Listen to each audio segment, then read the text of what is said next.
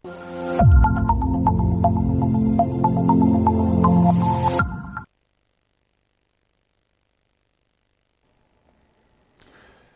ta' RPK TV mirë mbrëma, mirë se vini tek emisioni Zeri Diaspores.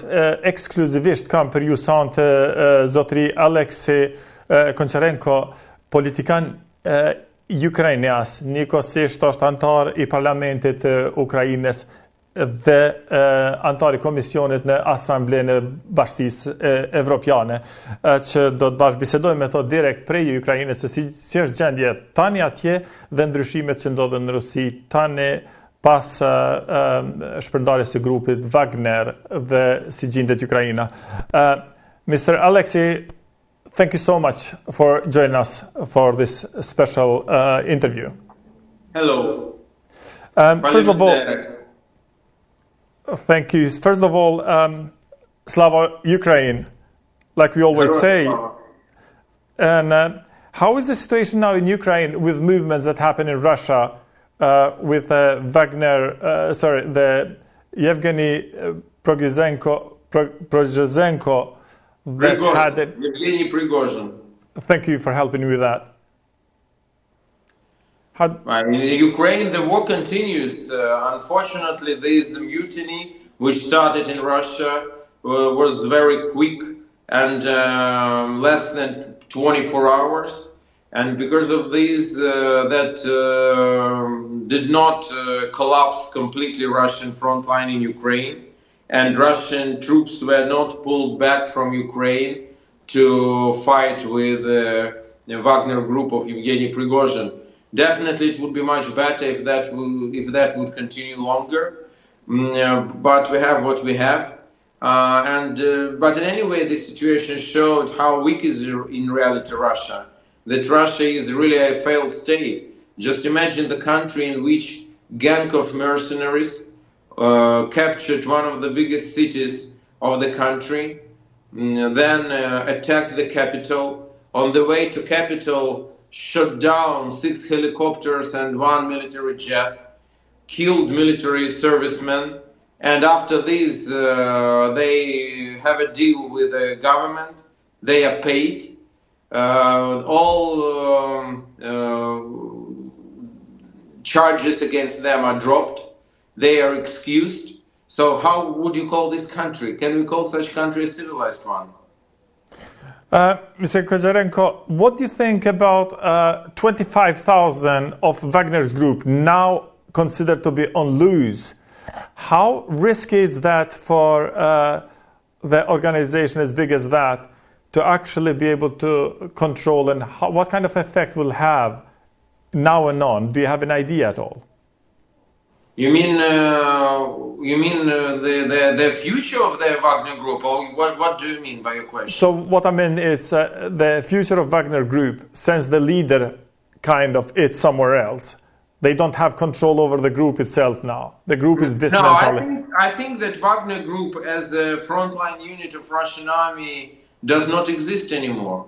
That was like a group of mercenaries, which then they also found new recruits and soldiers from convicted people and convicted persons in Russia. Now I think that the core of Wagner group, I think it's less than 25,000, 10, 15,000 people. They will probably leave from Russia to Belarus together with their leader Prigozhin, and all others really they are betrayed by their leader, and they will be in this or another way. They will be utilized by Russian military in some like the most fierce fightings, I think. So. I don't think that Wagner Group has any future anymore. Ukraine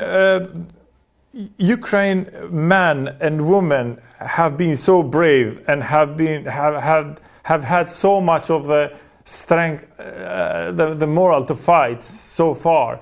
Seeing this kind of fraction in Russia, do you think that it's to your advantage, and do you think that it's more willing to continue a tougher fight?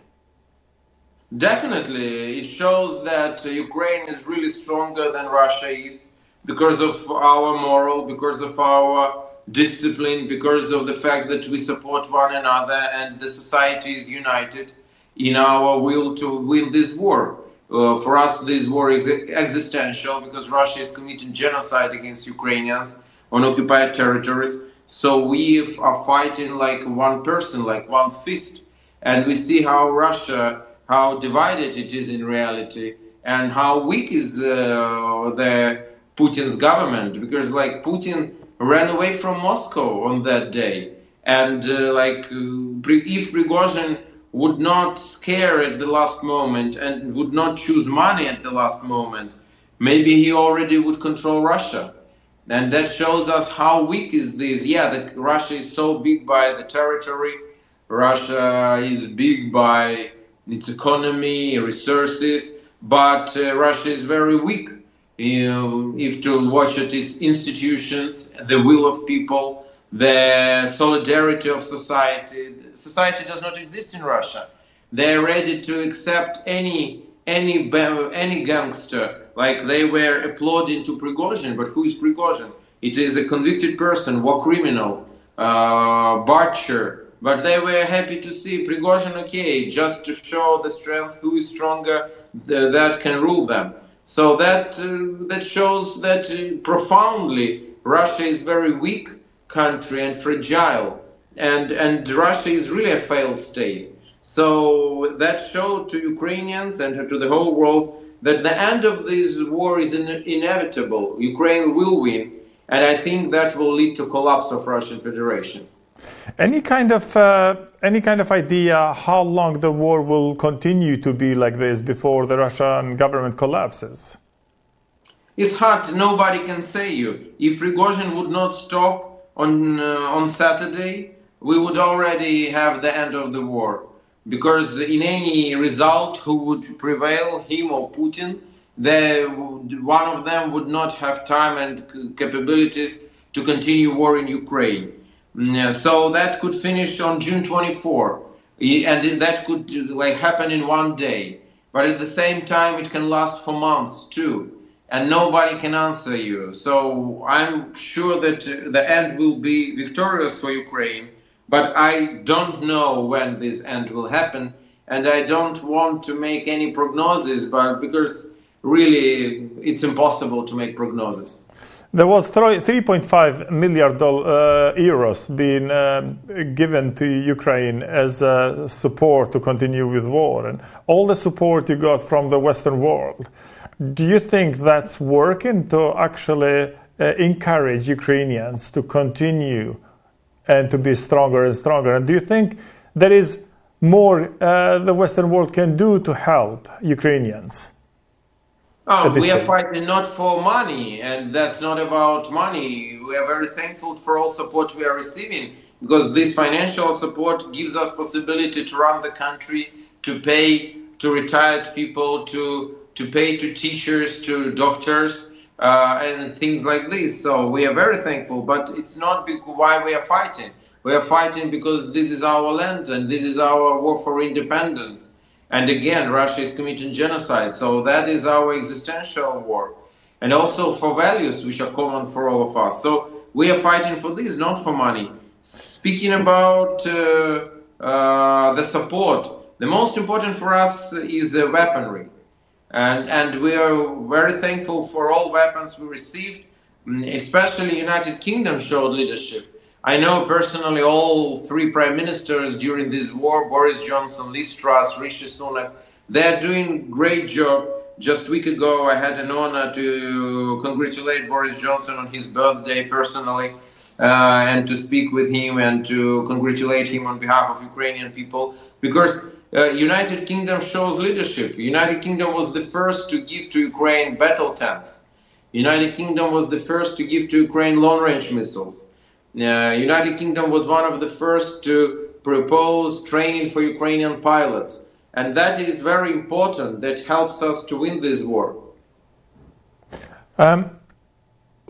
What kind of weapons at the moment you think that you need to balance your kind of power with Russia, and considering that at 10 years ago everyone thought that Russia was a superpower that would compare with the rest of superpower of the world, and Ukraine, it wasn't ready to fight with weapons at that time that you start the war? Because moral matters. Yes, Russia was claiming that they would take Kiev in 3 days, and many in the West believed in this. But Ukrainian people showed that the most important is the will of people, the moral, the readiness for self-sacrifice. That is much stronger than any weaponry. And yes, we stopped Russians at the beginning of this invasion without all these modern weaponry that we receive today. At that time, the only things the West was providing us with were Stingers and Javelins. That was weaponry for guerrilla fighting. But with this weaponry, we stopped Russia completely and made them to retreat from Kiev and from our northern part of our country.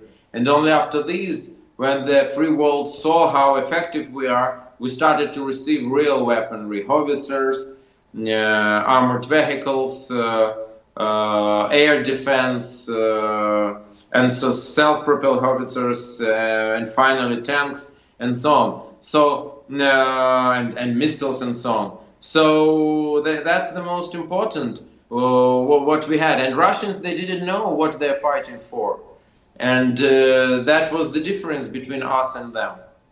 At some point, one of your interview, I think it was a few months ago or a year ago, you said that at the moment we are not ready for planes to fight air because you don't have trained pilots. Do you think at this stage you have sufficient men to handle the air forces if you're given aeroplanes and fighter jets? Definitely, our pilots made a fantastic job. Our Air Force, which was considered much weaker than Russian, but we stopped the Russians. They don't have superiority in air over Ukraine. What they were sure about, that they will have a complete advantage in the skies, but they didn't, and they don't for the moment because of our pilots. So our pilots are one of the best in the world. Unfortunately, we lost a number of them, and that is a very big loss. But still we have, and we continue to train new pilots. So if, unfortunately, this decision on F-16 still is not made, but the training started, and it took 16 months to make this decision, unfortunately. If Ukraine would receive F-16s and all the weaponry we are receiving today, if we would receive all of this before invasion or at the beginning of invasion, we would already finish this war. But we have what we have. What is the reason that they hesitated to approve to provide you with F-16s? I think it's not just about F-16s. Patriots, the same, more than 1 year of hesitation. Tanks, more than 1 year. I think there are two reasons. The first reason was at the beginning, because unfortunately the West did not believe that we would survive. They just didn't think that it is possible, and only after we showed to the whole world and proved to the whole world that we are capable to win over Russia, they started to provide us with needed weaponry. Second reason is because unfortunately in the West, like many people, mainstream, almost everybody, want Ukraine to win. But at the same time, many people are afraid of Russia to lose for some reasons. And what will be with Russia after the defeat? Maybe Putin will go nukes, or there will be collapse in Russia, and who will control mass destruction weaponry after this? And so on and so on and so on. And because of all this, and because of Russian nuclear blackmail, this style of support weaponry supply to Ukraine is so incremental. What is your kind of work with other nations that are in question about who should they support or recognize, like India or China? Or what kind of relation do you have with them, and how far did you reach to actually convince them that the war is only fair until you are free and Russia should be pushed back? Well, we are trying our best with all nations. We have all respect to all nations. And definitely countries like China, India are very important. But we see that China is claiming it's neutral, being neutral. But in reality, China is more pro-Russian, because we see that they support Russia economically, they support Russia politically, and not support, but I can say a little bit support, or how to say this, like it's not a full-scale support, but they more support Russia than Ukraine, it's clear. India also tries to, and also because of some reasons, for example, India uses this situation to buy Russian oil on very cheap prices, and they feel good that they exploiting this opportunity. I think this is a mistake, because India is a free country, democracy, and it's not just the war of Russia against Ukraine, it's also a war of dictatorships against democracies. Also, it's the war about international law, which is important for all countries in the world. So we need to work with them to try to explain them why they should support Ukraine. We see that some of these countries are slowly changing their position, but a lot of still should be done. I am from Kosovo, and Voice of Diaspora is in Albanian language for Albanians in general. I can't let you go without asking you about the issue you raised about Kosovo in a parliament of Ukrainian parliament to recognize the independence of Kosovo. What do you think about it, and how far that has gone, considering that you are in crisis as well? Yeah, I am initiator. I sponsored the draft of bill to Ukrainian parliament about recognition of independence of Kosovo. I had an honor to be invited to Kosovo, to be invited to Assembly of Kosovo, to speak in the Parliament of Kosovo, to meet with President, Prime Minister, Speaker, and that was an honor for me. Yeah, and also I chair in Ukraine, I organized and chair in Ukrainian Parliament caucus, Friends of Kosovo.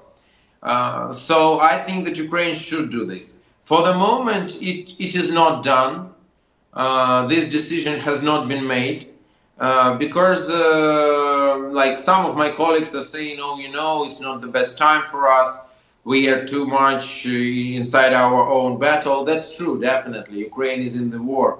But I think that we have a lot in common with Kosovo, with Albanian people, because Albanian people in Kosovo came through genocide just 25 years ago. The same happened with Ukrainian people. The same happens right now with us.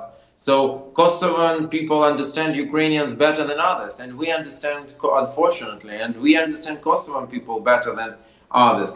So I believe that Kosovo should be member of European Union, should be member of Council of Europe. I support this in Council of Europe. I spoke in Parliamentary Assembly in support of Kosovo several times, saying that Kosovo është Europe, and I believe in this. So I think that sooner or later Ukraine will recognize Kosovo, but for the moment this has not happened. At the moment in Kosovo, in northern Kosovo, we have an issue with Serbian municipalities as well as influence of Serbia to kind of create a conflict there as well. How that's going to affect Ukraine if conflict spreads into Balkans? Definitely, I think the only country which would benefit from the conflict and bloodshed in Balkans will be Russia. Because Russia wants as much chaos in the world as possible in order to distract the world from what's going on in Ukraine and what's going on in Russia itself. So I think that Russia stands behind all these attempts, and Russia has a lot of influence in Serbia, unfortunately. So that is the reality. I hope that this will not happen. I hope that with the support of the European Union, NATO, Kosovo will manage to deal with this situation peacefully, and will protect its national security and peace in Kosovo. I wish this with all my heart, and I don't want to see bloodshed anywhere in the world. Not only because that will distract from Ukraine, but just because I know what is war. Just like every day, my native city is shelled. I have friends who are killed in the war. And the first month I was in territorial defense. I took weapons to defend capital when Russians were on the outskirts of Kiev. So I don't want anybody on the planet to be in the war. I wish to everybody on the planet peace. And one of the obstacles on this way is this imperial thinking of countries or like Russia or like, unfortunately, many people in Serbia who still have this imperial way of thinking, and that is very dangerous. So I wish peace to Balkans like to any other region of the world.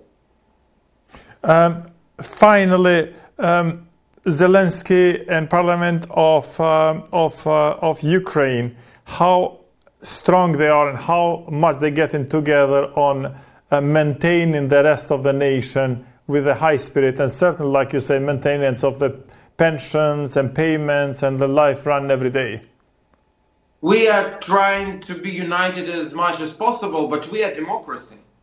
And we have questions to our government, and I have questions, and even now I raise these questions in order to change things for better. That's the strength of democracy. That's why democracy is always stronger than dictatorships, and we see it. Like smaller Ukraine is stronger than bigger Russia. Why? Because we are democracy. One of the reasons why, because we are democracy.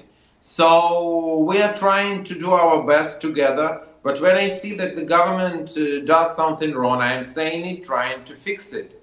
And after the victory, I have a lot of questions to President Zelensky too, about how country was prepared to the war and everything else. But I will raise these questions after our victory. And people will democratically choose the power, the authorities.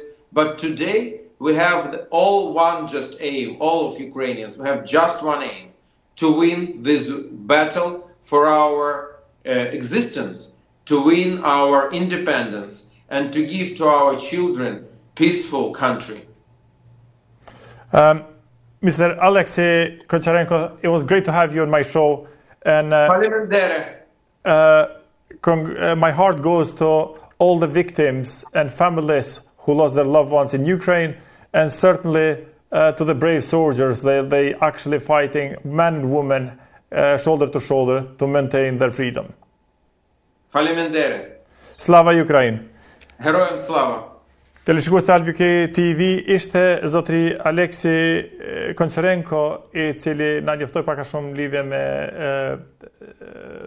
konfliktin në Ukrainë-Rusi, njëkohësisht disa sugjerime apo përkrahje që I vazhdon të bëjë për Kosovën dhe propagandën për Kosovën që të njihet sa më shumë që është e mundshme dhe sa më shpejt që është e mundshme.